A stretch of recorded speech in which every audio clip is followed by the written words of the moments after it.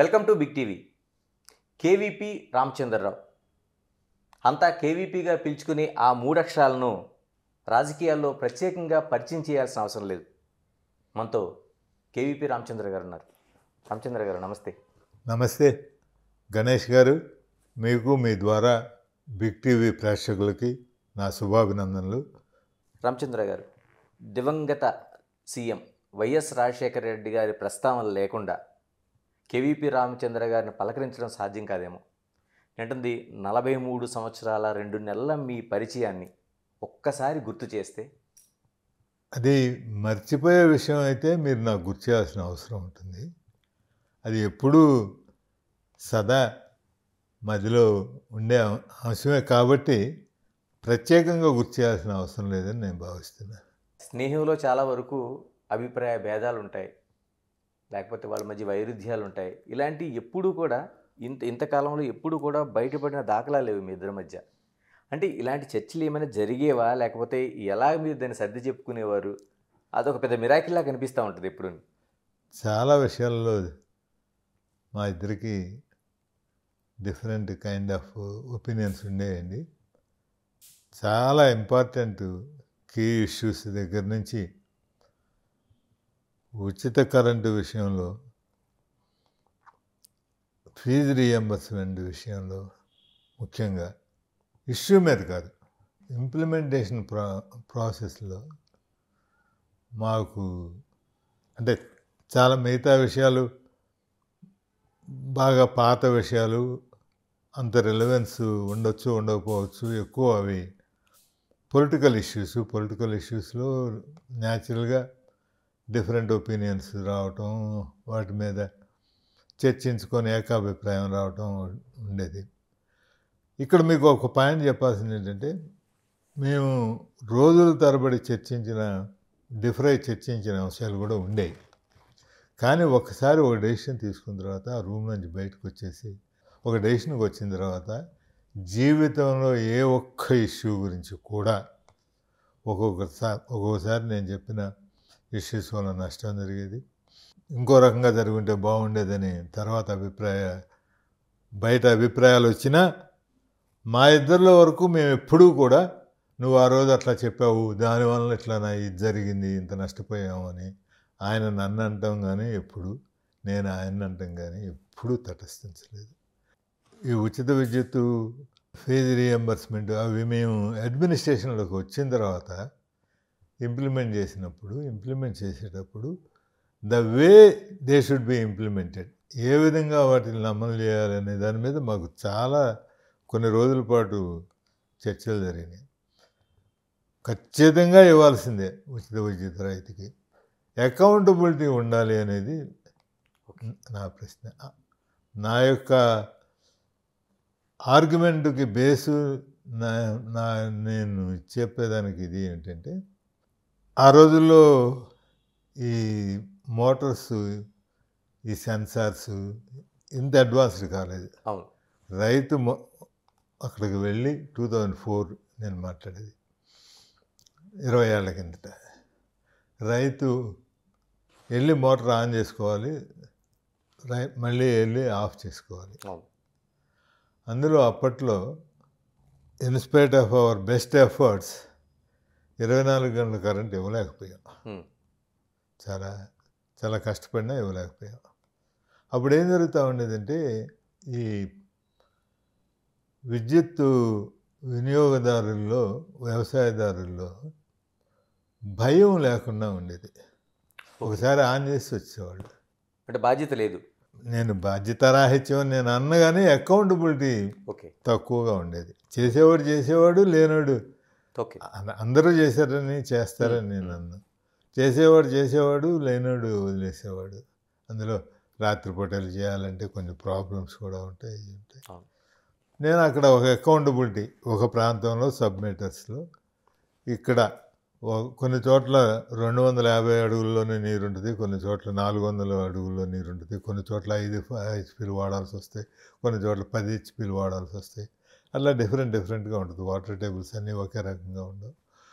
మనం దాన్ని శాస్త్రీయంగా లెక్కగట్టి వాళ్ళకు 10% ఎక్స్ట్రా కూడా అవకాశం ఇచ్చి దానిపైన వచ్చేదానికి వాళ్ళని అకౌంటబుల్ చేయాలి అని చెప్పేది నా ఆర్గ్యుమెంట్ ఉండేది. ఆయన నాతోటి ఏకీభవించలేదు. ఇట్లాంటి మనం రైతులను ఇబ్బందులు పెట్టే చట్టాలు ఏమీ తీసుకురావడానికి వీల్లేదు అని చెప్పి అన్నారు. అట్లాగే ఫీజు రీఎంబర్స్మెంట్ విషయంలో కూడా ఖచ్చితంగా ఇద్దాం. ప్రతి డిజర్వింగ్ ఫెలోకి మనం బెస్ట్ ఎడ్యుకేషన్ ఇవ్వటం అనేది ప్రభుత్వం ప్రాథమిక ధర్మం. మనం దాంట్లో ఏమి డిఫరెన్స్ ఏమీ లేదు. నేనేమనేవాడినంటే దుర్వినియోగం కాకుండా వాడికి ఖచ్చితంగా ఎంత పర్సంటేజ్ అటెండెన్స్ ఉండాలి, వాడు ఖచ్చితంగా అన్ని సబ్జెక్టులు ఒకసారి పాస్ అయి ఉండాలి. నా భయం ఏమిటంటే వాడు సమాజానికి భారం అవుతాడు. అటు తల్లిదండ్రులకి ఏమో కాలేజీకి వెళ్తున్నా అని చెప్పి వాడు కాలేజీకి రాడు. వాడు ఆ విద్యార్థికి ఆటోమేటిక్గా ఫీజు రియంబర్స్మెంట్ వస్తుందంటే భయం ఉండదు. ఇంట్లో వాళ్ళకు కూడా ఆ శ్రద్ధ ఉండదు. లేనప్పుడు వేలకు వేల ఫీజులు కట్టే తల్లిదండ్రులు మనం ఇక్కడ ముఖ్యంగా గుర్తుపెట్టుకోవాల్సింది ఏంటంటే తల్లిదండ్రులు చాలా కష్టపడి పిల్లల్ని చదివిస్తారు. మనం ఈవెన్ నా లెవెల్లో నేను, మీ లెవెల్లో మీరు కూడా అది మన తాహతకు మించింది, మన ఆర్థిక స్తోమతకు మించింది అని తెలిసినా కానీ మనం బెస్ట్ ఎడ్యుకేషన్ ఇవ్వాలనేది మనం చేసుకుంటాం. అక్కడ తండ్రి ఏమో కొడుకు బాగానే చదువుకుంటున్నాడులే అని ఉంటాడు. దానికి ఒక అకౌంటబిలిటీ లేకుండా పోతుంది. అతని మీద ఆ భారం ఉంటే ఇంకా కొంచెం శ్రద్ధగా, ఈవెన్ అదర్వైజ్ ఏ తండ్రి అయినా కొడుకు బాగానే చదువుకోవాలని, బాగానే వెళ్ళాలనేది చూసుకుంటూ ఉంటాడు. దుర్వినియోగం కాకుండా ఉంటుంది. కొన్ని సందర్భాల్లో నాకు తెలుసు, తర్వాత మాకు అనుభవంలోకి వచ్చినాయి. దేవర్ రిపోర్టెడ్. కొన్ని కాలేజీ యాజమాన్యాలు తల్లిదండ్రులతోటి లేకపోతే స్టూడెంట్ తోటి వాళ్ళు హ్యాండ్ ఇన్ గ్లో అయ్యి పేరు రాసుకొని వాళ్ళ పేరుతో ఫీజు రీఎంబర్స్మెంట్ సంపాదించుకొని వాళ్ళకి ఏదో ఎంతో కొంత ముట్ట చెప్పిన సందర్భాలు మాకు అనుభవంలోకి వచ్చినాయి ఆన్ రిపోర్టింగ్. సో అటువంటి అరికట్టాలని నేను గట్టిగా వాదించేవాడిని. ఆయన ఆ రెండు ఇష్యూస్లోనే నన్ను ఓవర్ రూల్ చేసి వీటిలో మనం రెస్ట్రిక్షన్స్ పెట్టద్దు అని చెప్పడం జరిగింది. సార్ 2003 అంటే పాదయాత్రని మనం గుర్తు చేసుకుంటే ఆ పాదయాత్ర ప్రయాణానికి ముందు వైఎస్ రాజశేఖర రెడ్డి గారి పేరు చెప్తే అసమ్మతి నేత అనేది అటు మీడియాలో రాసే పరిస్థితి ఉండేది. అలాంటి అసమ్మతి నేత కూడా మీరు ప్రయాణం సాగించారు. ముఖ్యమంత్రిగా అవుతారని ఊహించారండి అసలు? ఖచ్చితంగానండి. రాజశేఖర రెడ్డి గారికి అది పెద్ద కాంట్రవర్షియల్ ఇష్యూను కాదు, లేకపోతే డిబేటబుల్ ఇష్యూను కాదు. ఆయన ఖచ్చితంగా 98 వరకు చాలా సందర్భాల్లో 78 నుంచి 98 వరకు ఉన్న దాంట్లో కాంగ్రెస్ ప్రభుత్వాల్లో కానివ్వండి, తెలుగుదేశం ప్రభుత్వాల్లో కానివ్వండి, ఇక్కడ మీరు అసమ్మతి నేత అనేది ఎప్పుడు వస్తుందంటే మన పార్టీ రూల్ చేస్తున్నప్పుడు మనం డిఫర్ అయితే అసమ్మతి నేత అంటాం. అవతల పార్టీ డిఫర్ చేసినప్పుడు ప్రతిపక్ష నేత అంటాం. సో ఆయన ప్రతిపక్ష నేతగానే ఉండేవాడు, అసమ్మతి నేతగానే ఉండేవాడు. 98 తర్వాత మటుకు ఎప్పుడూ అసమ్మతి చేయలేదు. బట్ ఆ బ్రాండ్ అట్లా కంటిన్యూ అయింది. I agree totally with you. ఆ 1998కి ముందు ఆయన రెండోసారి పిసిసి ప్రెసిడెంట్ అవ్వడానికి ముందున్న బ్రాండ్ అట్లాగే కంటిన్యూ అయింది. 2003లో పాదయాత్ర మొదలుపెట్టడానికి ముందు నేను ఖచ్చితంగా నిర్ధారణగా చెప్పలేను, కానీ పాదయాత్ర పూర్తయ్యేటప్పటికి ఆయన unopposed and unquestioned leader. Congress పార్టీలోనే కాదు, మొత్తం రాష్ట్రంలో ప్రజానీకం అంతా ఈయన మన భావి నాయకుడు, ఈయన సారథ్యంలో వచ్చే ప్రభుత్వంతో మనకి న్యాయం జరుగుతుంది అని మొత్తం రాష్ట్రంలో irrespective of caste, creed, religion, area, అన్ని ఏరియాల్లో అన్ని వర్గాల ప్రజల్లో ఆయనకి యాక్సెప్టబిలిటీ వచ్చింది. దాని తర్వాత పాదయాత్ర కోసం అప్పట్లో అంటే ఏఐసిసితో కానీ లేకపోతే మీ మధ్య కానీ ఎలాంటి చర్చ జరిగింది? అంటే చేయాలనేది కరెక్ట్ అనా, లేకపోతే పార్టీ తీసుకున్న నిర్ణయంకి మనం ఈ విధంగా ప్రయాణించాలని ఏదైనా ఒక ఆలోచన ఏదైనా చేశారు అప్పుడేమన్నా? ఆ రోజుల్లో ఎంఎస్ఆర్ గారు, ఎం సత్యనారాయణ గారు పిసిసి ప్రెసిడెంట్గా ఉండేవారు. ఆయన చాలా సీనియర్ రాజకీయవేత్త. చాలాసార్లు అంతకుముందు ఎంపీగా చేశారు. తర్వాత ఏఐసిసి జనరల్ సెక్రటరీగా ఇందిరాగాంధీ గారి టైంలో 6 రాష్ట్రాలకు ఇన్ఛార్జిగా ఉండేవారు ఆయన. ఈ పాదయాత్ర జరిగే టైంలో ఆయన పిసిసి ప్రెసిడెంట్గా ఉన్నారు. పిసిసి ప్రెసిడెంట్గా ఉంటే చాలా కూలంకుషంగా డిస్కస్ చేశాము. వారు హృదయపూర్వకమైన మద్దతు ఇచ్చారు.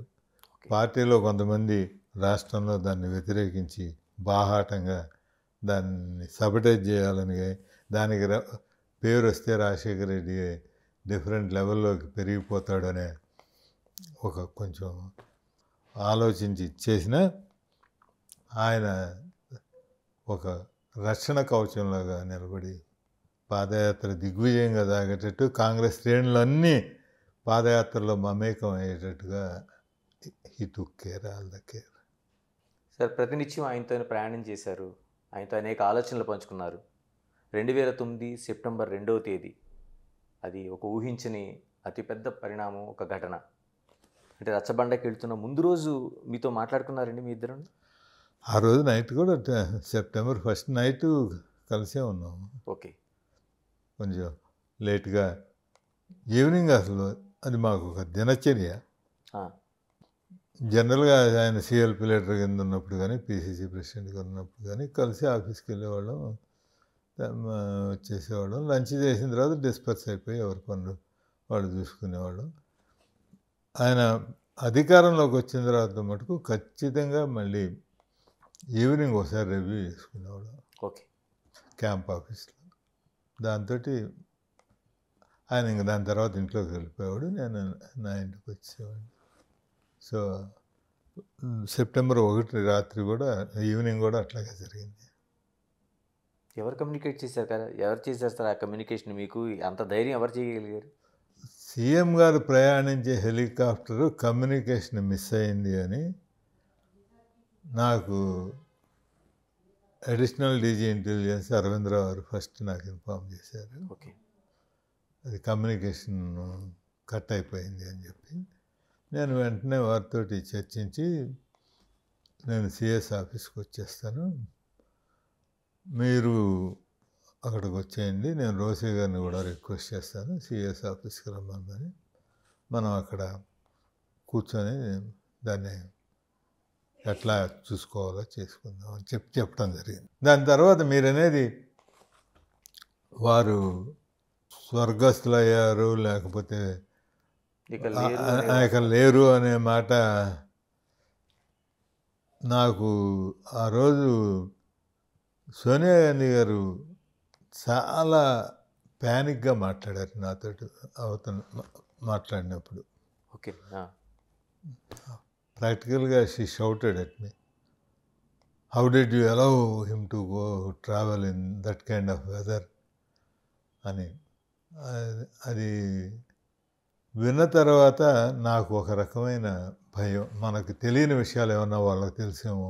మొట్టమొదటిసారిగా నాకు కొంచెం ఆందోళన, అప్పటికి ఇంకా పూర్తిగా భయం కాదు కానీ కొంత ఆందోళన. నేను అప్పటి వరకు ఏమి ఎక్కడో చోట ల్యాండ్ అయి ఉంటారు, ఇబ్బంది అనేది, అడవుల్లో నల్లమల ఫారెస్ట్లో ఆయన చిరునవ్వుతోటి మళ్ళీ వస్తారు అనే నమ్మకంతో ఉండేవాడిని. దాంతో నాలో కొంత ఆందోళన మొదలైంది. అది క్రమంగా పెరుగుతూ వచ్చింది. Late in the night CS గారు నాతో కొంచెం, ఇది మనం చెడ్డ వార్త వినడానికి అవకాశం ఉంది, అటువంటి పరిస్థితులు కనిపిస్తూ ఉన్నాయి, వారి ఫ్యామిలీ మెంబర్స్కి మెంటల్గా ప్రిపేర్ చేస్తే బాగుంటుంది అన్నప్పుడు నాకు పూర్తిగా అర్థమైంది అది దుర్ఘటన జరిగి ఉంటుంది అని. దాని తర్వాత నేను అక్కడి నుంచి సెక్రటరియట్ నుంచి, అంటే ఆ బాధ్యత కూడా మీకే పెట్టారు? I'm expected to take. ఎందుకంటే ఫ్యామిలీ మెంబర్స్ని అంత ఈజీ కాదు, మిగతా ఎవరికి అంత ధైర్యం ఉండదు, అంత చెప్పగలిగిన సామర్థ్యం ఉండదు. దాంట్లో దట్స్ న్యాచురల్లీ ఎక్స్పెక్టెడ్. దాన్ని నా బాధ్యతగానే నేను అనుకున్నాను తప్ప వేరే కాదు. సార్ రాజశేఖర రెడ్డి గారు ప్రతిపక్ష నాయకుడిగా లేకపోతే అసమ్మతి నేతగా ఈ చాప్టర్ని మనం తీసుకుంటే ముఖ్యమంత్రిగా అయిన తర్వాత చాలామంది అధికారానికి ముందు ఒకలాగా ఉంటారు, అధికారం వచ్చిన తర్వాత ఒకలాగా ఉంటారు. కానీ ఆయన నేచర్లో దీనికి క్వైట్ ఆపోజిట్. చాలామంది అధికారం వచ్చిన తర్వాత నీలో చాలా మార్పు వచ్చింది అనేది, అంటే వాళ్ళ బిహేవియర్లో కావచ్చు, వాళ్ళ దీంట్లో కావచ్చు. ఆయనలో ఎందుకని అంత మార్పు, అంటే రివర్స్లో వచ్చింది మార్పు. ఎక్కడ ఆ మార్పు జరిగిందంటారు? పాదయాత్ర గురించి తరచుగా చాలామంది మేధావులతోటి, చాలామంది పార్టీ లీడర్స్ తోటి, చాలామంది ప్రాక్టికల్ విజ్ఞులతోటి నేను చర్చించడం జరుగుతూ ఉండేది. వారు నాకు అప్పుడే చెప్పారు, కొంతమంది, మీరు నిజంగా మీరు ప్లాన్ చేసిన విధంలో ఈ పాదయాత్ర జరిగి ఆయన ఈ పాదయాత్రని మీరు అనుకున్న విధంలో కంప్లీట్ చేయగలిగితే ఆయన డిఫరెంట్ మోడర్న్ మ్యాన్ కింద వస్తాడు. ఆయన మీకు ఇంతకుముందు తెలిసిన రాజశేఖర రెడ్డి గారు ఎలాగా ఉండడు. ఆయన ఆ విజన్ వేరుగా ఉంటుంది, ఆ ఫోకస్ వేరుగా ఉంటుంది, ఆ పరిస్థితుల్ని ఆకలింపు చేసుకునే విధానం వేరుగా ఉంటుంది అని నాకు కొంతమంది ముందే చెప్పడం జరిగింది. వాళ్ళు పాజిటివ్గా చెప్పారు. ఖచ్చితంగా వాళ్ళందరూ ఊహించినట్టుగా అసలు ఆయన ఒక సందర్భంలో నాకు కోపం నరం తెగిపోయింది. అసలు ఆయనకి అసెంబ్లీలోనే ప్రకటించే పరిస్థితి, నాకు కోపం నరం తెగిపోయింది అని. అది నిజంగా ఆంధ్రప్రదేశ్ రాష్ట్రానికి, ఆంధ్ర రాష్ట్రానికి, సమాజానికి, కాంగ్రెస్ పార్టీకి, కాంగ్రెస్ కార్యకర్తలకి, అడ్మినిస్ట్రేషన్కి ఎంతో మేలు జరిగింది. సార్ మీరు చాలా వరకు ఆయనతో సన్నిహితం ఉండడమే కాదు, ఆయనకి ముఖ్య సలహాదారుడిగా క్యాబినెట్ హోదాలో పనిచేశారు, తర్వాత రాజ్యసభ సభ్యుడిగా పనిచేశారు. అంటే వైఎస్ రాజశేఖర రెడ్డి గారికి ఎంత ఇంపార్టెన్సో ఆయన దగ్గరికి ఎంతమంది కార్యకర్తలు నాయకులు వచ్చేవారో కేవీపీ గారు కూడా సమాంతరంగా అంతేమంతో మీకు ఉండేది. అలాంటి పరిస్థితిని ఈరోజు ఒక్కసారి ఊహించుకుంటే, అంటే ఆయన రాజశేఖర రెడ్డి గారు లేని లోటు కావచ్చు, లేకపోతే ఆ పార్టీకి ఉండే ఆ ప్రభావం కావచ్చు, ఏమనిపిస్తుంటుంది మీకంతా? రాజకీయ జీవితం అనేది ఎప్పుడూ ఒకలాగా ఉండదు. ఎవరో చాలామంది అదృష్టవంతులు తప్ప నేనెంతండి, నా ప్రభావం అంతా, నా రాజకీయ అనుభవం అంతా, నా ఇదంతా ఎల్కే అద్వానీ అంత మహానాయకుడికి ఆయన భార్య, ఆవిడ చాలా మంచి హోస్ట్ కింద తెలుసు అందరికీ. ఆవిడ కొన్ని లక్షల మందికి ఆవిడ భోజనం పెట్టారు స్వయంగా, ఆర్ఎస్ఎస్ కార్యకర్తలకు కానీ, స్వాతంత్రోద్యమంలో పనిచేసిన వాళ్ళకి కానీ, ఆవిడ పార్టీ కానోళ్ళకు కూడా, నాన్ ఆర్ఎస్ఎస్ వాళ్ళకు కూడా మామూలుగా ఆవిడ ఒక తల్లిలాగా చేశారు. ఆవిడ చనిపోతే బీజేపీ అధికారంలో ఉండగా అప్పటికి అద్వానీ గారు మోడీ యొక్క బ్యాడ్ బుక్స్లో ఉన్నాడనే కారణంతో కొన్ని వందల మంది రాలేదండి. నాకు ఉండే డైలీ విజిటర్స్ అంతమంది రాలేదు పలకరించడానికి. వాళ్ళతో కంపేర్ చేస్తే మీరు నన్ను గమనిస్తూనే ఉంటారు, ఇప్పటికి కూడా నాకు సరిపడా విజిటర్స్ వస్తూనే ఉన్నారు, సరిపడా ఇంపార్టెన్స్ ఉంటూనే ఉంది. సార్ రాష్ట్ర రాజకీయాలను ఒకసారి మాట్లాడుకుందాం, రెండు తెలుగు రాష్ట్రాల కోసం మాట్లాడుకుందాం. ముందుగా ప్రజలు మార్పు కోరుకున్నారు రెండు చోట్ల. ముందు ప్రధానంగా మనం ఫస్ట్ తెలంగాణ కోసం మాట్లాడుకుంటే, అంటే ఉద్యమ పార్టీగా ఉండే ఒక పార్టీ టీఆర్ఎస్ ఇప్పుడు బీఆర్ఎస్ అయింది. 10 ఏళ్ల పాటు కేసీఆర్ పరిపాలన సాగించిన తర్వాత కూడా ఎందుకు ప్రజలు ఒక్కసారిగా అంత మార్పు కోరుకున్నారంటే మీ అంచనా ఏం వేస్తారు? ఎప్పుడూ కూడా రాజకీయాల్లో ఒక నానుడు ఉంది. రాజకీయాల్లో ఆత్మహత్యలే కానీ హత్యలు ఉండవు అనేది ఒక నానుడి. కేసీఆర్కి ఎందుకంటే పొద్దుపోగా బీఆర్ఎస్ అతనంతా, తన పర్సనాలిటీ అంతా, ఆయన ఇదంతా తెలంగాణకి సరిపోతుంది. ఆయన నాయకత్వం, ఆయన పర్సనాలిటీ, ఆయన పాపులారిటీ ఈ 17 పార్లమెంట్ నియోజకవర్గాల వరకు సరిపోతుంది అనేది కూడా కరెక్ట్ కాదు, సరిపోయింది. పార్లమెంటు స్థానాల్లో ఇతనికి ఉన్నాయి 9 సీట్లు. దీంతో చక్రం తిప్పేద్దాం, గాలిపటాలు ఎగరేద్దాం, దేశంలో నేనే నాయకుడిని అయిపోదాం అని ఒక బీఆర్ఎస్ పార్టీ పెట్టి అధికారం తలకెక్కి మీరు ఇందాక అన్నారు రాజశేఖర రెడ్డి గారు అంతకు ముందుండే పర్సనాలిటీ ఇంత పర్సనాలిటీ ఆయనకేమో పాజిటివ్గా పెరిగింది, ఈయనకేమో నెగిటివ్గా పెరిగింది. ఆత్మవిశ్వాసం అనే పదానికి అహంకారం అనే పదానికి ఉండే మార్జిన్ చాలా థిన్ మార్జిన్ అండి. మీరు ఇది గుర్తుపెట్టుకోండి. రాజశేఖర రెడ్డి గారికి ఆత్మవిశ్వాసం ఉండేది, ఈయనకి ఆత్మవిశ్వాసం ఆ మార్జిన్ చెరిగిపోయి అహంకారంలోకి వెళ్ళింది. ఏమండి మనమే డబ్బులు ఇచ్చేసి మనమే నాందేడ్లో మీటింగ్ ఏర్పాటు చేసుకొని మనమే లోకల్ బాడీస్ కంటెస్ట్ చేయండి, నేను మీకు ఆర్థిక సాయం చేస్తాను అని చెప్పి వాళ్ళందరినీ నన్ను వచ్చి కలవమని ఇక్కడికి వచ్చేసి నాందేడ్ నుంచి వచ్చిన కలిసిన మహాసమూహం అని ఆయనకున్న మీడియాలో రాయించేసుకుంటే నాయకులు అయిపోతారా? ఆయన ఏదో సాయం చేశాడు కాబట్టి ఆయన వెళ్తే ఇతర స్టేట్స్లో వాళ్ళు సాధారణంగా ఆహ్వానిస్తారు, కూర్చోబెడతారు, కాఫీ ఇస్తారు. అంత మాత్రం చేత నిన్ను నాయకుడి కింద ఒప్పుకుంటారా? నువ్వు 600 కార్లు వేసుకొని షోలాపూర్ వెళ్ళిపోయి ఆగిన చోటల్లో 600 కారులో దిగిన వాళ్ళతోటి జై జై జై జై అనిపించుకుంటే వేలాది మంది స్వాగతం చెప్పారు కేసీఆర్కి అని వాటిని ఇక్కడ మనకు వీడియోలను ఫోటోలు చూపిస్తే అక్కడ లోకల్ ప్రజలు ఏమో నవ్వుకుంటామంటే ఏమిటి అని. నాతోటి పర్సనల్గా ఒక మాజీ ముఖ్యమంత్రి, నాకు సన్నిహితంగా ఉండే ఒక మహారాష్ట్ర మాజీ ముఖ్యమంత్రి నాతోటి ఏంటయ్యా మీ కేసీఆర్ ఇక్కడికి వచ్చి ఇట్లాంటివన్నీ చేసుకొని ఎందుకు నవ్వులు పాలవుతూ ఉంటాడు ఇదంటే, అది ఆయన ఇష్టం అండి, మీకు నాకు మనకేం సంబంధం అని చెప్పాము. ఆయన హ్యాండిల్ చేయలేని విషయాలను నేను హ్యాండిల్ చేయగలను అనుకోవటం. దాని తర్వాత ఈ అహంకారంతో నేనేం చేసినా చెల్లుతుంది అనే ఒక దురహంకారం, అహంకారం కూడా పెరిగి దురహంకారంలోకి వెళ్ళింది. ఎవరిని చూడకపోవటం, ఎవరిని కలవకపోవటం, తనకు నచ్చే విషయాలు చెప్పేవాడినే పిలుచుకోవటం, మాట్లాడటం. ఇట్లో న్యాచురల్గా ఆయనకి చాలా చెడ్డ పేరు, పర్టికులర్గా రైతాంగంలో చాలా ఆగ్రహం. ఈ వెనుకబడిన వర్గాలు, రైతాంగం వాళ్ళు దాదాపు తిరగబడే స్టేజ్కి వచ్చింది.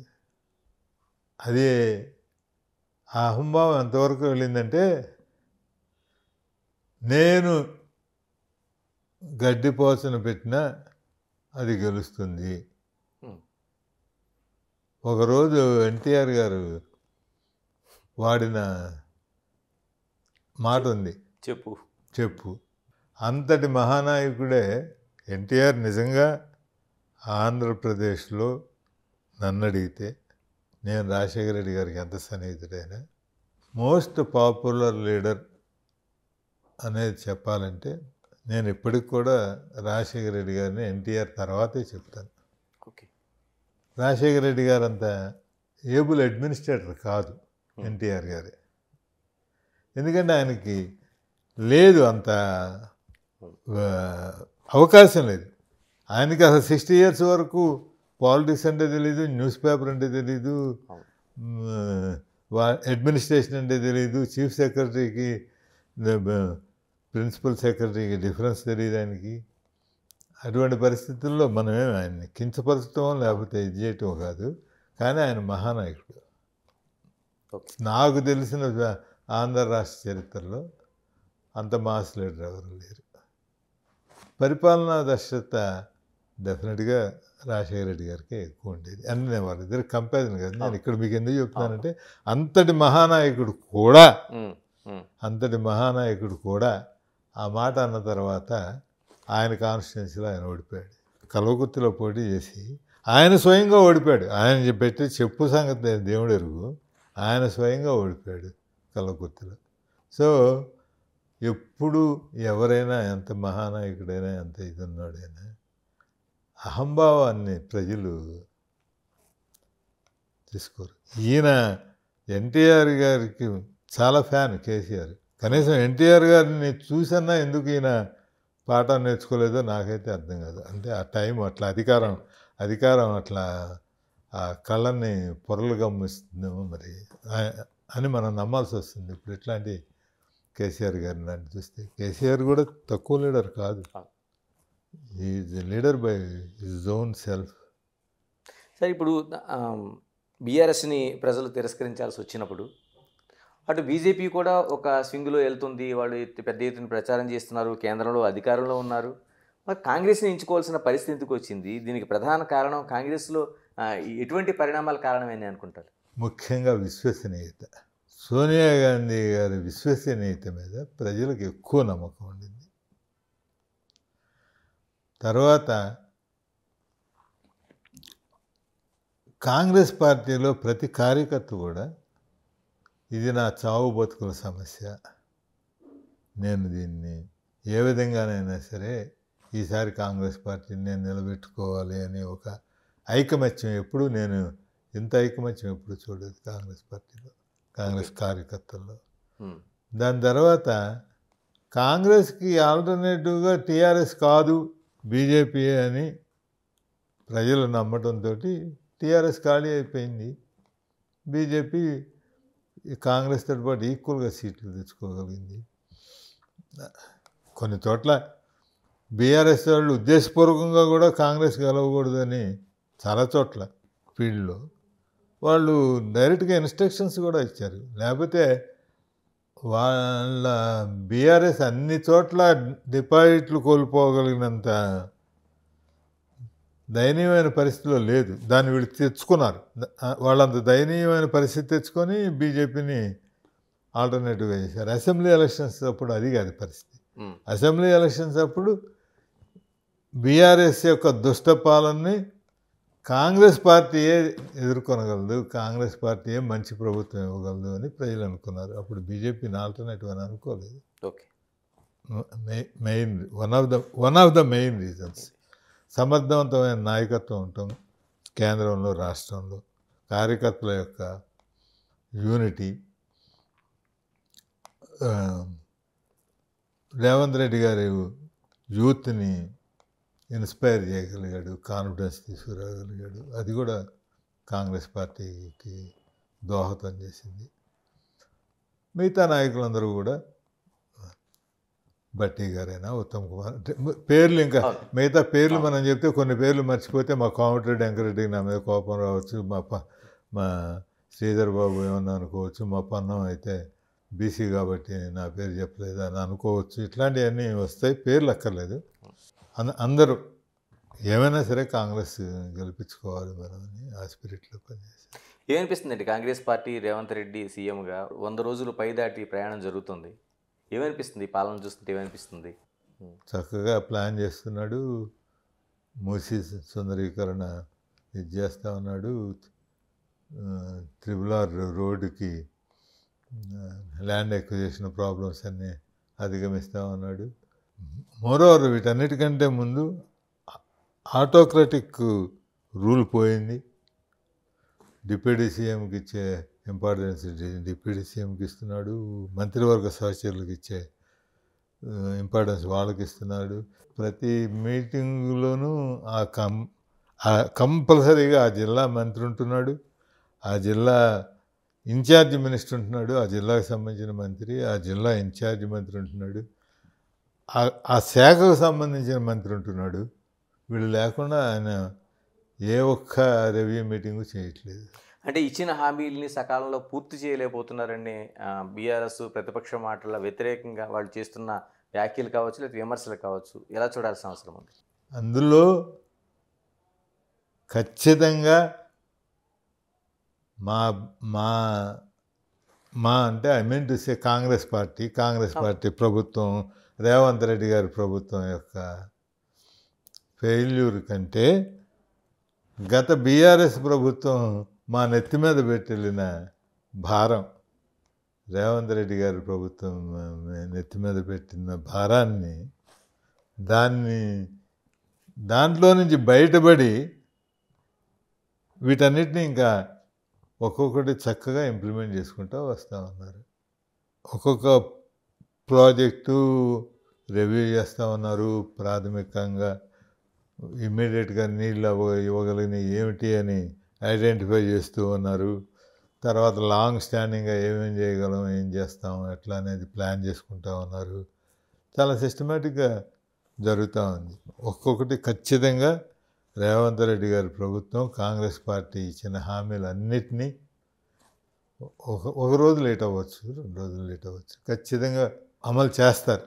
దాని గురించి ఏ విధమైన సందేహం లేదు. అంటే బీఆర్ఎస్ చరిత్ర అయిపోయిందని అనుకుంటున్నారా? నేను అనుకోవటం ఏముంది, జరుగుతూ ఉంది. మీరు చూస్తూనే ఉన్నారు కదా. అసలు ఏముంది, ఊరికే ఏదో మాట్లాడటం కోసం మాట్లాడటమే తప్ప 65 సీట్లతోటి మేము క్లియర్గా కనపడతా ఉంటే ప్రజల మ్యాండేట్ తోటి రేపు పడిపోద్ది, ఎల్లుండి పడిపోద్ది, ఆవులెల్లుండి నేను ముఖ్యమంత్రిని అవుతానని ఎవరన్నా చెప్తారండి ప్రజాస్వామ్యంలో? అది కరెక్టా? అసలు దాన్ని ఎట్లా సంబంధించుకోగలరు? ఆయన ప్రజాస్వామ్యబద్ధంగా ప్రజల చేత ఎన్నుకొనబడిన ప్రభుత్వాన్ని నువ్వు పడగొట్టేసి అప్రజాస్వామికంగా నువ్వు అధికారంలోకి వస్తాను అని అంటే జనం అందరూ చప్పట్లు కొట్టాలా, హర్షించాలా? అందరూ వాళ్ళ ఎమ్మెల్యేలు, వాళ్ళ క్యాడరు కూడా అందరూ కూడా మానసికంగా ప్రిపేర్ అయిపోతాం అన్నారు. ఎవరి పరిస్థితి ఏమిటి తెలియదు దాంట్లో. సార్, ఇంకోటి హైదరాబాద్ నగరంలోన చాలా వరకు ఒక డెవలప్మెంట్ యాక్టివిటీ కావచ్చు, మిగతా వాటిలోన ఆక్రమణలపైన కాంగ్రెస్ పార్టీ యుద్ధమే చేస్తుంది. ఒక హైడ్రాని ఏర్పాటు చేశారు. అనేక చోట్ల చెరువులు కావచ్చు, లేకపోతే మిగతా డీవియేషన్ ఉన్న వాటిని కావచ్చు కూల్చుతున్నారు. ఎలాంటి అభిప్రాయం ఉంది దానిపైన మీకు? ఎందుకంటే అనేక విమర్శలు దానిపైన కూడా చేస్తూ ఉన్నారు. హృదయపూర్వకంగా ఆహ్వానిస్తున్నా. రేవంత్ రెడ్డి గారి ప్రభుత్వం 2 విషయాల్లో చాలా నిర్మాణాత్మకంగా వ్యవహరిస్తూ ఉంది. ఒకటి డ్రగ్స్ మీద, ఫస్ట్ ఒక యుద్ధ ప్రాతిపదిక మీద హైదరాబాద్లో యువతరం ఏమైపోతుందో, విద్యార్థుల భవిష్యత్తులు ఏమైపోతాయో ఈ డ్రగ్స్ మహమ్మారిలాగా ఇచ్చేస్తూ ఉంది. మొత్తం జాతిని, యువతనే నిర్వీర్యం చేస్తుంది. కోవిడ్ వస్తే, కరోనా వస్తే ఒక 10 లక్షల మంది చచ్చిపోతారు, 1 కోటి మంది చచ్చిపోతారు అనుకుందాం దేశం మొత్తం మీద. ఏం పెద్ద దానివలన దేశం ఏమి నిర్వీర్యం అవ్వదు, లేకపోతే జాతి ఏమి ఇదవ్వదు, మిగతా వాళ్ళు ఇదవుతారు. కానీ ఈ డ్రగ్స్ అనే మహమ్మారి, దీన్ని అరికట్టడం అనేది చాలా ఇంపార్టెంట్. ఆ విషయంలో రేవంత్ రెడ్డి గారి కాంగ్రెస్ ప్రభుత్వం చాలా ఖచ్చితంగా నిలబడి చాలా క్లియర్గా విజన్ తోటి ముందుకెళ్తూ ఉంది. దానికి నేను ప్రజల తరఫున, పార్టీ తరఫున వారికి అభినందనలు తెలియజేస్తున్నాను. ఇది కూడా రెండోది, అసలు మీరు అడిగింది హైడ్రా గురించి. నాకు నచ్చింది ఇంకొకటి కూడా, నేను మీరు అడగకపోయినా చెప్పాను. ఈ హైడ్రా కూడా చాలా అవసరం. పర్యావరణానికి ఇటువంటి కఠినమైన నిర్ణయాలు తీసుకోకపోతే, మనం నిన్న వాయనాడులో చూసాము, అంతకుముందు ఉత్తరాఖండ్లో చూసాము, అంతకుముందు హిమాచల్ ప్రదేశ్లో చూసాము. మన చేతులతోటి మనం పర్యావరణాన్ని పాడు చేస్తూ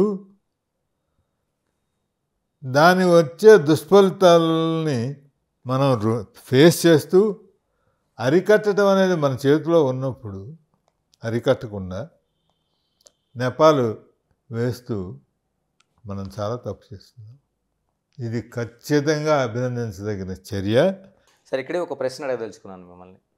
ఇప్పుడు ఇంత మద్దతు తెలియజేస్తున్న మీరు, ప్రశంసిస్తున్న మీరు, మీకు సంబంధించిన ఫామ్ హౌస్ పూర్తిగా ఆక్రమణలో ఉంది, త్రిభువన్ జీవోలో ఉంది, అది ఉల్లంఘనలు పూర్తిగా విరుద్ధంగా ఉంది, దీన్ని పూర్తిగా కొట్టేయాలని బీఆర్ఎస్ డిమాండ్ చేస్తూ ఉంది. ఏం చెప్తారు దీనికి సమాధానం?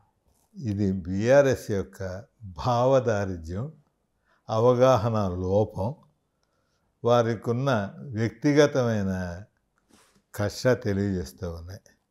నాకు తెలిసినంత వరకు నా కుటుంబ సభ్యులకి ఫామ్ హౌస్ అన్నమాట కరెక్ట్, 100%. అది 111 జీవోలో ఉన్నమాట కూడా కరెక్ట్. నిన్న టీఆర్ఎస్ పార్టీ తరఫునో మరి ఇంకో రకంగానో ఒక పోస్టింగ్ పెడితే నా మిత్రులు తీసుకొని వస్తే నేను నా కుటుంబ సభ్యులకి దాని గురించి వివరాలు అడగటం జరిగింది. నా కుటుంబ సభ్యులకు సంబంధించిన ఫామ్ హౌసు FTL పరిధిలోకి ఒక చిన్న అంగుళం కూడా రాదు.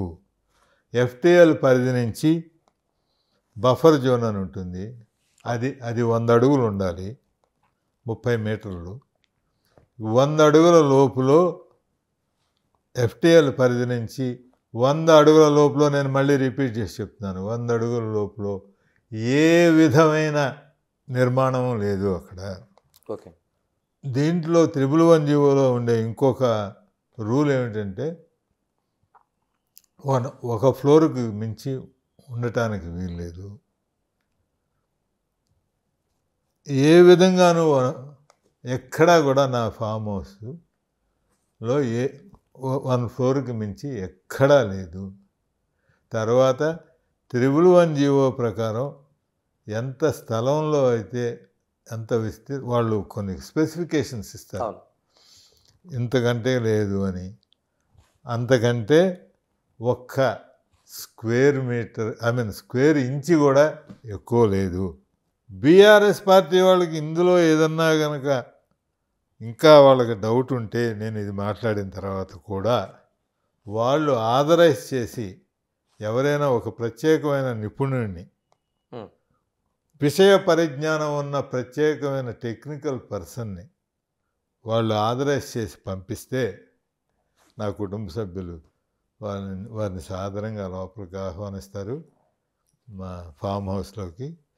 వాళ్ళ దగ్గరుండి అన్ని విషయాలు చూసుకోవచ్చు. వాళ్ళకి చాలా ఇంకా ఎక్కువ విషయ పరిజ్ఞానం ఉంది. వాళ్ళు మొన్నే అక్కడ డ్రోన్ కూడా ఎగరేసి మళ్ళీ ఒక కేసులో ఇరుక్కున్నారు. వాళ్ళు కావాలంటే దాని ద్వారా కూడా సర్వే చేసుకోవచ్చు. ఇంకా కావాలంటే గూగుల్లో ఉంటాయి, మ్యాప్లో ఉంటాయి, ఇవి ఉంటాయి. ఏదైనా సరే, నాకేమన్నా నా ఫామ్ హౌస్లో 2 ఫ్లోర్స్ ఉందా ఎక్కడైనా, నా ఫామ్ హౌస్ ఎఫ్టీఎల్లో ఎక్కడైనా ఉందా, నా ఫామ్ హౌస్ బఫర్ జోన్లో ఎక్కడన్నా ఉందా, నా ఫామ్ హౌస్ పర్మిటెడ్ ఏరియా కంటే ఎక్కువగా కట్టుకున్నారా అనేది వారు ఎప్పుడూ ఎక్కడ దాన్ని ఎట్లా చూపించగలిగినా, వారు పంపించే నిపుణుడు చూపించగలిగిన తక్షణం ఎక్కడ ప్రజాధనం వృధా కాకుండా, ఇబ్బంది లేకుండా మా కుటుంబ సభ్యులు వాళ్ళ ఖర్చుతోటే వాళ్ళు చూపించిన దాన్ని కూల్చేసి వాళ్ళు నిరూపించాలి. ఆరోపించడం వేరు, నిరూపించడం వేరు. ఆరోపించడం ఏముంది, మన ఇష్టం, మన బుద్ధి పుట్టింది ఆరోపించవచ్చు. నేనేమి ఇందులో నా కుటుంబ సభ్యులు దాచుకోవాల్సిన పని లేదు. అదేమి రహస్యంగా ఉండే ప్రదేశం కాదు, అది అక్కడే ఉంటుంది, అక్కడికి మారదు. నేను ఇంకోటి కూడా వాగ్దానం చేస్తున్నాను, ఈ లోపల మేమేమి దాన్ని వేరే ముట్టుకోవడం కానీ ఇది కానీ చేసేది కూడా ఏమి లేదు. ఎప్పుడైనా సరే దాని గురించి వాళ్ళ పార్టీ ఆథరైజ్ చేసి మనిషిని పంపించి చూసుకోవచ్చు. సార్, తెలంగాణలో కాంగ్రెస్ పార్టీ అధికారంలో రావడంలో ఇంకా ఎలాంటి అంశాలు దోహదపడి అంటారు, ఎలాంటి అంశాలు ముఖ్య పాత్ర వహించినాయి అంటారు?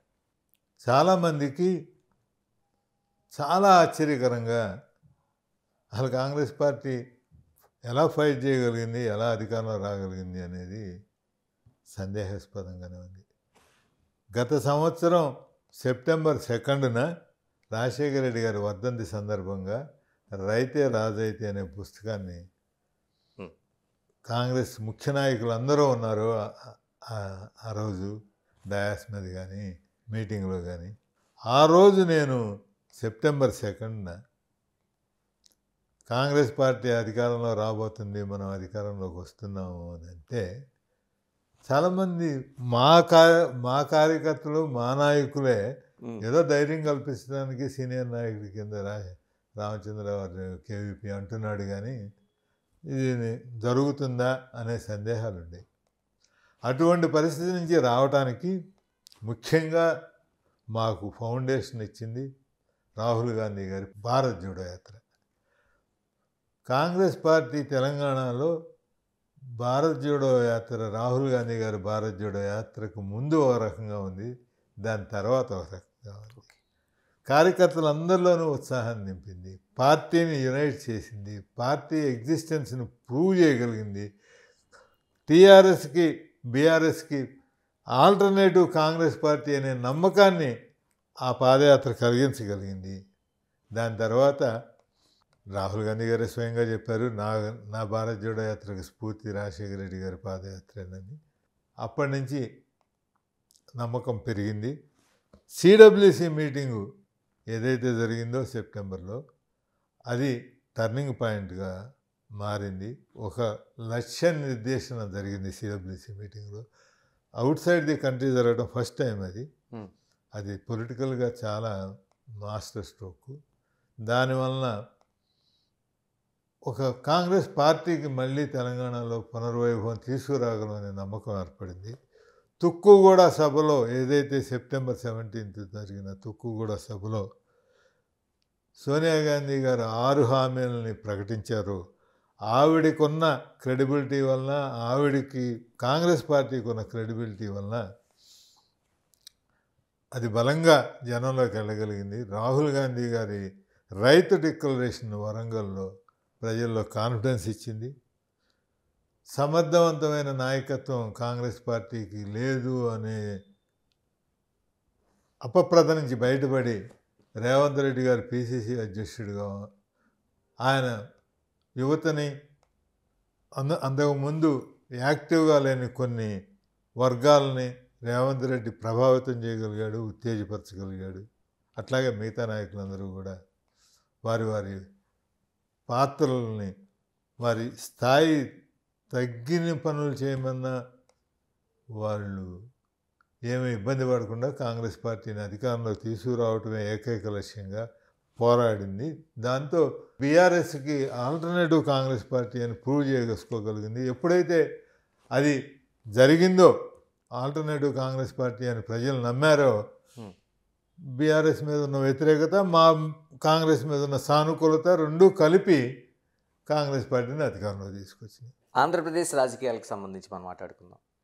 అంటే వైఎస్ రాజశేఖర రెడ్డి గారి ఒక వారసుడిగా ఆ ప్రయాణం చేస్తున్నట్టుగా ఆయన ఆంధ్రప్రదేశ్ రాష్ట్రంలో ప్రభుత్వాన్ని ఏర్పాటు చేశారు. జరిగిన ఎన్నికల్లో జరిగిన ఓటమి ఎలా చూడాల్సిన అవసరం ఉంది? అంటే 11 సీట్లకి పరిమితం అయిపోయిన ఆ పార్టీని చూస్తే ఓటమికి ప్రధాన కారణం ఏమనుకుంటున్నారు? అది జగన్ ఓటమా, లేకపోతే ప్రతిపక్షాలు ఉన్న తెలుగుదేశం కూటమి విజయం అంటారా? గణేష్ గారు, నిన్న ఎలక్షన్ ఆంధ్రప్రదేశ్లో ఒకే ఒక పాయింట్ మీద జరిగిందండి. అసలు వేరే రెండో పాయింటే లేదు అక్కడ. ఓటరు జగన్కి వేస్తున్నాడా, జగన్ను ఓడించడానికి వేస్తున్నాడా అనేది. అసలు అది రెండో కన్సిడరేషన్. కానీ రెండో ఇంప్రాక్టికల్ ప్రామిసెస్ చేశాడు చంద్రబాబు నాయుడు గారు. మళ్ళీ ఆల్రెడీ చేతులు ఎత్తేసాడు. సూపర్ 6 అని, లేకపోతే ఇంకా రకరకాలుగాను అవేమీ అవసరం లేకుండా vote for Jagan, vote to defeat Jagan. ఎందుకు వచ్చిందండి? ఒకటే సింగిల్ పాయింట్. జగన్మోహన్ రెడ్డి గారు అనేవాడిని అసలు మనం కొన్ని విషయాల్లో మనం అభినందించక తప్పదు, ఆయన యొక్క కెపాసిటీని. రాజశేఖర్ రెడ్డి గారిని చంద్రబాబుతోటి చాలాసార్లు పొగిడేట్టు చేయగలిగాడు ఆయన. ఒకసారి కాదు, number of times, number of occasions, press కాన్ఫరెన్స్లో, పబ్లిక్ మీటింగ్లో, పార్టీ మీటింగ్లో రాజశేఖర రెడ్డి గారు ఎంత మంచివాడు అంటే ఈయన చూసిన తర్వాత ఆ మాట నేను అన్ను. ఆయన పొగుడు అది మీ అభిప్రాయం, మీరు ఎట్లాగానే చేసుకోండి. చంద్రబాబుతో అన్నిసార్లు రాజశేఖర రెడ్డి గారి గురించి పొగిడిస్తుంది నాకు చాలా ఆనందం కలిగించింది. జగన్మోహన్ రెడ్డి గారు చేసిన దాంట్లో అది మామూలు విషయం కాదు. అట్లాగే పిల్లిని ఎలకని కలపగలిగాడు, సింహాన్ని కుందేలుని కలపగలిగాడు. వీళ్ళందరూ కలిపి తన్ని ఎట్లా ఓడించగలరో చూద్దామని ఆయన ఓడిపోగలిగాడు. అంటే ఆయన వ్యక్తిగత ధోరణి ఆయన పతనానికి లేకపోతే ఓటమికి కారణమైందంటారా? రాజశేఖర రెడ్డి గారి టైంలో నేను, నా సహచరులు అందరం కలిపి additional DG intelligence, chief security officer, timings ఇచ్చే సెక్రటరీ, అపాయింట్మెంట్స్ ఇచ్చే secretary, CM secretary to CMO అంతా కలిపిన గణేష్ గారు అనే ఒక వ్యక్తి రాజశేఖర రెడ్డి గారిని కలవాలి అని డిటర్మిన్డ్ ఎఫర్ట్ చేస్తే 15 రోజుల లోపల ఆయన కలవకుండా చేయగలిగిన సామర్థ్యం మా అందరికీ కల్పన లేదు.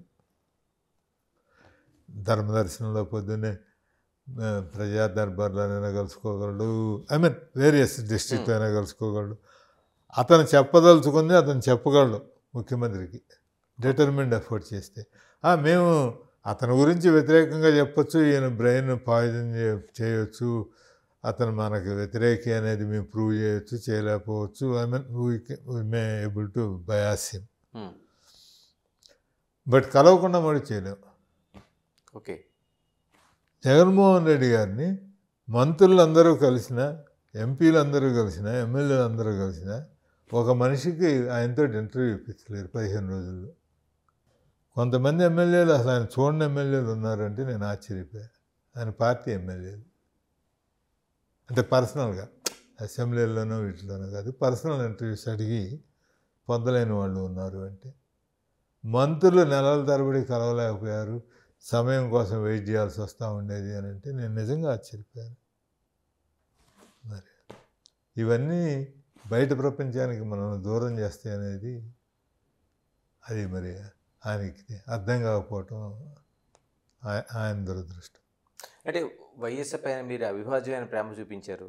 ఆయన కొడుకుగా మీరు ఎందుకు ఆ పుత్రవాత్సల్యాన్ని ఎందుకు చూపించలేకపోయారు? ఆయనకి ఎందుకు సహకరించలేకపోయారు? లేకపోతే నువ్వు చేస్తున్నది తప్పు, లేకపోతే ఇలా ఉండాలని ఎందుకు చెప్పలేకపోయారు? మీరు ఇక్కడ రెండు డిఫరెంట్ థింగ్స్. జగన్మోహన్ రెడ్డి గారు ఇవాళకి కూడా నా మేనల్లుడే. కాంగ్రెస్ పార్టీని వీడటం రాజశేఖర రెడ్డి గారి యొక్క ఆత్మని మనం షోవ పెట్టినట్టే, ఆయన దాన్ని అంగీకరించడు అనే విషయాన్ని ఐ ఫెయిల్డ్. అది జగన్మోహన్ రెడ్డి గారితో ఒప్పించడానికి జగన్మోహన్ రెడ్డి గారికి చెప్పాను, కానీ ఆయన్ని ఒప్పించడంలో నేను ఫెయిల్ అయ్యాను. It's my failure. ఆయన ఆలోచన ధోరణి డిఫరెంట్గా ఉండింది. తరాలు మారటం వలన వాళ్ళు ఈయన అర్థం చేసుకోవడానికి కానీ, ఈయన వాళ్ళని అర్థం చేసుకోవడానికి కానీ అవకాశం లేదు. అక్కడ నేను ఫెయిల్ అయ్యాను. Yes, I agree. Jaganmohan Reddy గారికి నచ్చజెప్పడంలోనూ ఫెయిల్ అయ్యాను, హైకమాండ్కి జగన్మోహన్ రెడ్డి గారి గురించి ఇచ్చేయడంలోనూ నేను ఫెయిల్ అయ్యాను. I stick to my party. I was with the party. Sir, Rajasekhara Reddy గారికి క్షమాగుణం ఉండేది, కానీ కట్ చేస్తే ఇక్కడ జగన్మోహన్ రెడ్డి కక్షపూరితంగా తన సొంత పార్టీ వాళ్ళని వేధించే పరిస్థితులు మనకి రఘురామకృష్ణరాజు లాంటి ఘటనలు అనేకం కనిపించినాయి. అంటే మీరు పార్టీ వేరైనా ఒక మేనరుడిగా ఇది తప్పు అని చెప్పే ప్రయత్నం ఏదైనా ఇంత అంతర్లీనంగానే చేయగలిగారా? అయితే గణేష్ గారు, మీ సలహాకి ఎప్పుడైనా విలువ ఎప్పుడు ఉంటుందంటే మిమ్మల్ని అడిగితే మీరు సలహా చెప్తే బాగుంటుంది. అది వన్ పార్ట్. నేను ఎందుకు సలహా చెప్పలేదు అని. రెండవ ప్రశ్న మీరు అడిగారు, చెప్పారే, నేనైతే కమ్యూనికేట్ చేశాను, ఆయనకి అందిందా లేదా నాకు తెలియదు. ఓకే సార్, ఒక్క మాటలో చెప్పండి, అంటే వైఎస్ రాజశేఖర రెడ్డి గారికి జగన్మోహన్ రెడ్డి గారికి ఒక తేడాని ఒక్క మాటలో చెప్పాలంటే ఏం చెప్తారు? తరాల అంతరాలే కాకుండా వారి పర్సనాలిటీలో విషయాల్ని అర్థం చేసుకోవటంలో, అవగాహన చేసుకోవటంలో కూడా ఇద్దరి ధోరణులు వేరు. మీకు ఒక మాటలో చెప్పాలంటే ఇంకంతకంటే చెప్పడం కష్టం. సార్, ఆంధ్రప్రదేశ్లో కాంగ్రెస్ పార్టీ ప్రయాణం అంటే వైఎస్ రాజశేఖర రెడ్డి గారికి మీరు ఆత్మ, అది అందరికీ తెలిసిన ఒక వాస్తవం. అయితే ఇప్పుడు షర్మిలమ్మ కాంగ్రెస్ పార్టీ అధ్యక్షురాలుగా బాధ్యతలు తీసుకోవడం కావచ్చు, కాంగ్రెస్ ప్రయాణం కావచ్చు, మీ పాత్ర కోసం అడిగితే ఏం చెప్తారు? ఖచ్చితంగా కాంగ్రెస్ పార్టీకి ఎన్ని కష్టాలు వచ్చినా, ఎన్ని ఇబ్బందులు వచ్చినా, ఎటువంటి పరిస్థితులు ఉన్నా 2014 ముందు 2014 తర్వాత కూడా నన్ను కొన్ని సందర్భాల్లో అడిగినా అడగకపోయినా నేను చేయగలిగిన సాయం, నేను ఇవ్వగలిగిన సలహాలు నేను ఆంధ్రప్రదేశ్ కాంగ్రెస్ పార్టీకి ఇస్తూనే ఉన్నాను. Everybody is happy with my participation, with my guidance, with my assistance and with my services. Congress పార్టీకి నా లాయల్టీ ఉంది. షర్మిల గారికి యాజ్ పర్సన్ నాకు ఆవిడ మీద ఉండే అభిమానం ఉంటుంది. కాంగ్రెస్ పార్టీకి అసలు పూర్వ వైభవం అంటే ఆంధ్రప్రదేశ్లో అధికారం తీసుకునే ఛాన్స్ ఏమైనా కనిపిస్తుందా? డెఫినెట్గా అండి. మీకు ఎందుకు, అందులో రాహుల్ గాంధీ గారు ఇవాళ పరిణితి చెందిన నాయకుడు. ఇంతకు ముందులాగా పూర్వం రోజుల్లో ఈ బీజేపీ ప్రభావితమైన శక్తులు, ఈ ఆర్ఎస్ఎస్ ప్రచార దళాలు రకరకాలుగా చేశారు. ఈరోజు ఎవరు సాహసిస్తాడండి ఆయన గురించి మాట్లాడటానికి? ఈవేళ ఆయన పరిణితి చెందిన నాయకుడు. ఆయన ఇంకా మినిమం ఇప్పుడున్న దీని ప్రకారం ఏ విధంగా చూసుకున్నా ఇంకా 4 ఎలక్షన్లు లీడ్ చేయగలడు ఆయన. అంటే ప్రధానమంత్రి అయ్యే అవకాశాలు రాహుల్కి ఉన్నాయంటారు? 100%. మోడీ గారు ప్రతిపక్ష నాయకుడు అవుతాడో లేడో నేను చెప్పలేను, కానీ 2029లో రాహుల్ గాంధీ గారి మటుకు ఖచ్చితంగా ప్రధానమంత్రి అవుతారు. దాని గురించి ఏ విధమైన డౌట్. సార్, ఈ పార్టీ అంతర్గతంగా ఒక ప్రశ్న అడగదలుచుకున్నాను. అంటే కాంగ్రెస్ పార్టీ పూర్వ వైభవంలో ఉన్నప్పుడు, అధికారంలో ఉన్నప్పుడు, ఆ పదవులు అనుభవించి నాయకులుగా కొనసాగిన వాళ్ళు, కాంగ్రెస్కి కష్టకాలం కావచ్చు లేదా ప్రజలు దూరంగా ఉంచిన కాలం కావచ్చు, వాళ్ళంతా దూరంగా వెళ్ళిపోయిన పరిస్థితి. అందులో ఉండవల్లి అరుణ్ కుమార్ కావచ్చు, కిరణ్ కుమార్ రెడ్డి కావచ్చు, లేకపోతే పల్లవరాజు కావచ్చు, ఇలాంటి వాళ్ళందరూ కనిపిస్తున్నారు. ఏమనుకోవాలి వీళ్ళందరినీ చూసి? పార్టీ ఎలా అనుకుంటుంది? నేను మీతో ఏకీభవించాను గణేష్ గారు. ఎందుకంటే ఉండవల్లి అరుణ్ కుమార్ అనే వ్యక్తి స్టూడెంట్ డేస్ నుంచి కాంగ్రెస్ లీడర్. నాకు తెలుసు, అతను ఎన్ఎస్యూఐ లీడర్గా నాకు తెలుసు. స్టూడెంట్ యూనియన్ ప్రెసిడెంట్గా రాజమండ్రి ఆర్ట్స్ కాలేజీకి పనిచేశాడు. అతనికి అండర్ ఏజ్లో కాంగ్రెస్ టికెట్ వచ్చింది, ఇందిరా కాంగ్రెస్ టికెట్. ఆయన కాంగ్రెస్ పార్టీ నుంచి దూరం అయింది రాష్ట్ర విభజనలో జరిగిన ఆ పరిణామ క్రమాలనే అతను వాటిని జీర్ణించుకోలేక కాంగ్రెస్ పార్టీ నుంచి దూరం అయ్యాడు.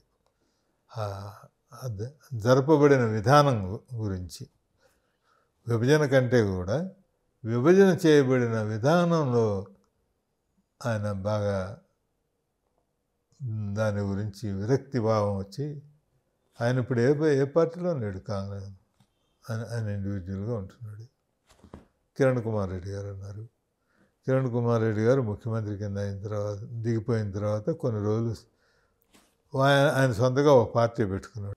ఆయన అనుకున్న స్థాయిలో ఆ పార్టీకి రిజల్ట్స్ రాలేదు.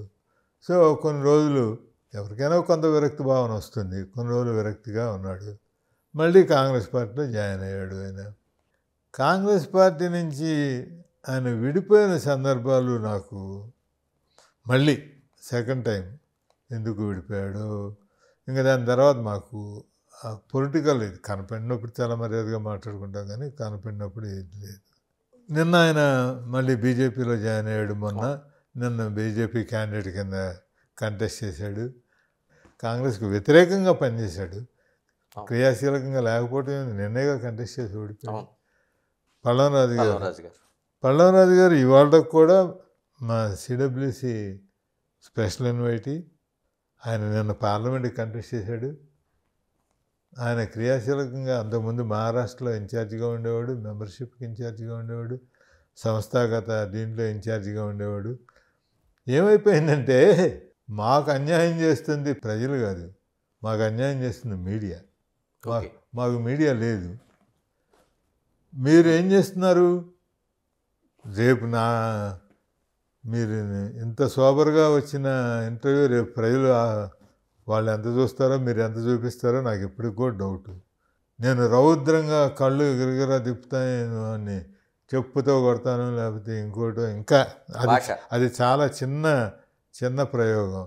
ఇప్పుడు విభజన జరిగే సమయంలో కాంగ్రెస్ పార్టీ కావచ్చు, లేకపోతే మిగతా నిర్ణయాలు కావచ్చు, మీకంటే గట్టిగా రాజ్యసభలో పోరాటం చేసిన వాళ్ళు కానీ, మీకంటే ఎక్కువ నిరసన చేసిన వ్యక్తులు కానీ ఆ రోజున లేరు. అయినా సరే మీరు పార్టీకి కట్టుబడ్డారు, క్రియాశీలకంగా ఏదో సమయంలో పనిచేస్తూ వచ్చారు ఈ రోజు వరకు. మిగతా లీడర్స్ ఎందుకు అంత స్తబ్దతలో ఉండాలి, అంత నైరాశ్యం లేకపోతే ఇంకోటో, ఎందుకు అంత ఒడ్డున కూర్చొని చూడాల్సిన అవసరం వచ్చింది? చాలా కారణాలు ఉంటాయి. ఇప్పుడు కొంతమందికి వ్యక్తిగత కారణాలు ఉండొచ్చు, కొంతమందికి ఆ వయసు పెరిగిపోతూ ఉండొచ్చు. మీరు చెప్పిన వాళ్ళందరూ నియర్లీ 70 ఆర్ కనీసం మోర్ దాన్ 65 పల్లవరాజు కానీ లేకపోతే ఇంకోరు కానీ సో ఆటోమేటిక్గా తగ్గిపోతూ ఉంటుంది. తరాలు మారిపోతూ ఉన్నాయి. మీరు పర్టికులర్గా పల్లవరాజు గారి పేరు అన్నారు కాబట్టి ఆయన నిన్న కూడా కంటెస్ట్ చేశాడు కదా, ఇవాళ కూడా ఏఐసిసి ఇది కదా. ఎట్లా ఆయన మీటింగ్కి వెళ్తే మీరు చూపించకపోతే ఆయన ఏం చేస్తాడు? ఆయన చేయగలిగింది ఉంది. ఆయన సరళంగా జగన్మోహన్ రెడ్డి గారు చేస్తూ ఉంది కరెక్ట్ కాదు, లేకపోతే చంద్రబాబు నాయుడు గారు దీంట్లో ఇది కాదు అంటే ఆయన ఎవరు చూపించరు. సరే, ఇంకా కూటమి ప్రభుత్వం కోసం ఒకసారి మాట్లాడుకుందాం. అంటే తెలుగుదేశం, జనసేన, బీజేపీ ఒక కూటమి అందరి అంచనాలను మించి వాళ్ళ ప్రయాణం ప్రారంభమైంది. ఎలా ఉండబోతుంది? వాళ్ళ భవిష్యత్తు ఏంటి? పాపం ఇప్పటికే వాళ్ళకి అగమ్యగోచరంగా ఉంది భవిష్యత్తు. ఆల్రెడీ అంత సీనియర్ లీడరు చంద్రబాబు నాయుడు గారు అసెంబ్లీలో ఆల్రెడీ చేతులెత్తేసారు కదా. ఆ సూపర్ 6 నాకు తెలీదు, ఇంత బ్యాడ్గా ఉందని నేను ఊహించలేదు అసలు. నేను ఆ రోజే చాలా ఆశ్చర్యపోయాను. ఆయన అవగాహన రాహిత్యానికి క్లియర్గా వేవ్ కనపడుతూ ఉంది, యాంటీ జగన్ వేవ్. మరి ఆయన ఎందుకు దాన్ని గేజ్ చేసుకోలేకపోయాడో నాకు తెలీదు. ఆ రోజు డెస్పరేట్గా ప్రామిసులు చేశారు.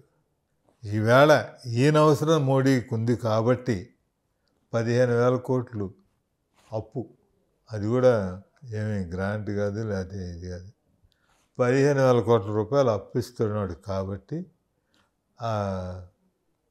అమరావతిలో పనులు మొదలు పెడుతున్నాడు. పోలవరం ప్రాజెక్ట్ అనేది mandatory on the part of the central government. మీకు కావాలంటే మళ్ళీ బుక్ ఇస్తాను నేను. అవును, మీరు పోలవరం ఒక సాహస ప్రయాణం అని ఒక పుస్తకం రాశారు, అందులో అనేక అంశాలు చర్చించారు. Section 90 of state reorganisation act అనేది పోలవరం గురించి స్పెసిఫిక్గా ఇచ్చారు. It's a mandatory, centre must complete it. దానికి ఏ విధమైన ఇబ్బందులు లేవు. దానికి వేరే పోలవరం ప్రాజెక్ట్ అథారిటీ అనేది స్పెసిఫిక్గా మన్మోహన్ సింగ్ గారి ప్రభుత్వం, కాంగ్రెస్ ప్రభుత్వం ఆ రోజు ఏర్పాటు చేసింది. విభజన చట్టంలో కొన్ని అంశాలు ప్రస్తావించి ఇది చేస్తే వాళ్ళని అమాయకులనాలో తెలుగుదేశం ఎంపీలని, లేకపోతే వాళ్ళని వాళ్ళు మోసం చేసుకుంటున్నారో. ఇందులో 2 రకాలు ఉంటాయి. ఒకటేమో నిజంగా తెలియకపోవడం ఒకటి, రెండోది తెలిసి మనల్ని మనం మోసం చేసుకోవటం ఒకటి, మనకు మనం అబద్ధాలు చెప్పుకోవటం. అంతకుమించి అక్కడ ఇచ్చింది ఏమీ లేదు మన బడ్జెట్లో. దానికి ఊరికే చప్పట్లు కొట్టేసి కేకులు పంచుకొని స్వీట్లు తినిపించేసి మనం అడగాల్సిన ఏమి లేవు అన్నీ ఇచ్చేశారు. అవన్నీ విభజన చట్టంలో ఉన్నాయి, మీరు ఒకసారి డౌన్లోడ్ చేసి చూసుకోండి. ఇప్పుడు చంద్రబాబు నాయుడు గారి పరిస్థితి కూడా అంతే. ఈ సూపర్ 6 ఏమవుతుందో తెలియదు. రేపు లోకల్ బాడీస్ వస్తున్నాయి. ఎన్ని రోజులు పవన్ కళ్యాణ్ నాయకత్వం చంద్రబాబు నాయుడు గారితో ఇదే విధంగా మమైకమై ఉంటుందో తెలియదు. ఎందుకంటే అక్కడ ఒక ఫ్యూచర్ లీడర్ ఉన్నాడు, లోకేష్ బాబు. చంద్రబాబు నాయుడు గారు, మోడీ గారు ఒకళ్ళనొకళ్ళు నమ్మరు. వీళ్ళు ఒకళ్ళనొకళ్ళు వెన్నుపోటు పొడుచుకోవడానికి కానీ, ఒకళ్ళనొకళ్ళు టైం వస్తే ఆర్మ్ ట్విస్ట్ చేయడానికి కానీ ఏమీ ఒక్క నిమిషం కూడా ఆలోచించరు. అటువంటి కాంబినేషన్ నడుస్తూ ఉంది ఇప్పుడు. వీళ్ళు పవన్ కళ్యాణ్ గారు మరి ఎప్పుడూ బోయి కింద పల్లకీని మోసే బోయి కిందే ఉంటాడా? ఆయన సామాజిక వర్గం అంగీకరిస్తుందా దానికి? ఎల్లకాలం బానిస బతికైనా మనకేమి రాష్ట్రానికి నాయకత్వం వహించే అర్హత నీకు లేదా అని ఆయన సామాజిక వర్గం ఆయన రేపు ప్రశ్నించవచ్చు లోకేష్ నాయకత్వం వచ్చేటప్పటికి. సో ఇవన్నీ హైపోథెటికల్గా మనం చాలా ఉన్నాయి. ఆర్థిక పరిస్థితి చాలా అన్యాయంగా ఉంది. చంద్రబాబు నాయుడు గారు రాగానే బాగా హైప్ వస్తుందని అమరావతిలో చాలామంది ఫీల్ అయ్యారు. స్వల్పంగా ముందు కొంచెం రేట్లు పెరిగినాయి అన్నారు, తర్వాత మళ్ళీ ఎవరూ అడగట్లేదని అన్నారు. ముందు ఒక టైంలో ఇక్కడి నుంచి పెట్టుబడులు అక్కడ తరలి వెళ్తాయేమోననే అటువంటి వాతావరణం కూడా ఉండింది. ఇప్పుడు అవేమీ జరగట్లేదు. కాంగ్రెస్ పార్టీయే సుభిక్షమైన సుపరిపాలన ఇవ్వగలదు అనే టాక్ ఇప్పుడిప్పుడే మొదలవుతుంది. ఎందుకంటే చంద్రబాబు గారు మొన్నే కదా వచ్చారు, ఇంకో కొంత టైం పడుతుంది అది వ్యాప్తి చెందటానికి. సార్ చివరిగా చెప్పండి, అంటే రాజకీయాలకి ఒక బౌండరీ దాటి వచ్చిన ప్రశ్న అయినా ఒకప్పుడు వైఎస్ కుటుంబాన్ని అంటే వైఎస్ గారు, తర్వాత షర్మిలమ్మ, తర్వాత జగన్మోహన్ రెడ్డి, అందరూ ఫ్యామిలీ అంతా కలిపి ఒక క్రిస్మస్ వేడుకలో లేకపోతే ఇతర పండుగలో చేసుకుని మీరు కుటుంబంతో సహా వాళ్ళని దగ్గర నుంచి చూసిన రోజులు ఈ రోజున పరస్పరం విమర్శలతో దూరంగా ఉంటూ ఇలాంటి వాతావరణం అంతా కనిపిస్తుంది. మీకు ఈ పరిస్థితులు చూస్తే ఏమనిపిస్తుంది? చాలా బాధగా ఉంటుంది. ఇక్కడ ఇంకొకటి కూడా గణేష్ గారు, నేను ఇంతవరకు వైఎస్ కుటుంబ సభ్యులని ఎవరిని ఎప్పుడూ పర్సనల్గా ఎప్పుడు మాట్లాడను కూడా. వాళ్ళు కూడా మాట్లాడరు నా గురించి. ఎందుకు మాట్లాడతారు? ఇప్పటికి కూడా మన పెళ్ళిలో అందరం కలిసే ఉన్నాం. షర్మిలమ్మ కొడుకు పెళ్ళిలో జగన్మోహన్ రెడ్డి గారు మేము అందరం కలిసే ఉన్నాం. వాటిల్లో ఇబ్బంది ఏమీ లేదు. Thank you sir, thank you very much. ఎందుకంటే చాలా సుదీర్ఘమైన మీ అనుభవంతో అనేక ప్రశ్నలకు లోతైన సమాధానం చెప్పారు. బిగ్ టీవీ తరపున మీకు ధన్యవాదాలు. ఇది మనకి కేవీపీ గారు చెప్తున్న ఒక స్పష్టమైన అభిప్రాయాలు ఆయన చెప్పగలిగారు. అంటే ఎప్పటికైనా ఒక కీలకమైన ఒక ఆన్సర్ ఏంటంటే, ఎప్పటికైనా కాంగ్రెస్ పార్టీకి భవిష్యత్తు ఉంది. కాంగ్రెస్ పార్టీ అటు ఆంధ్రప్రదేశ్ రాష్ట్రంలో కావచ్చు, లేకపోతే దేశంలో రాహుల్ కావచ్చు, ఖచ్చితంగా భవిష్యత్తు కాంగ్రెస్దని మాత్రం స్పష్టం చేస్తున్నారు. Keep watching Big TV. This is Ganesh.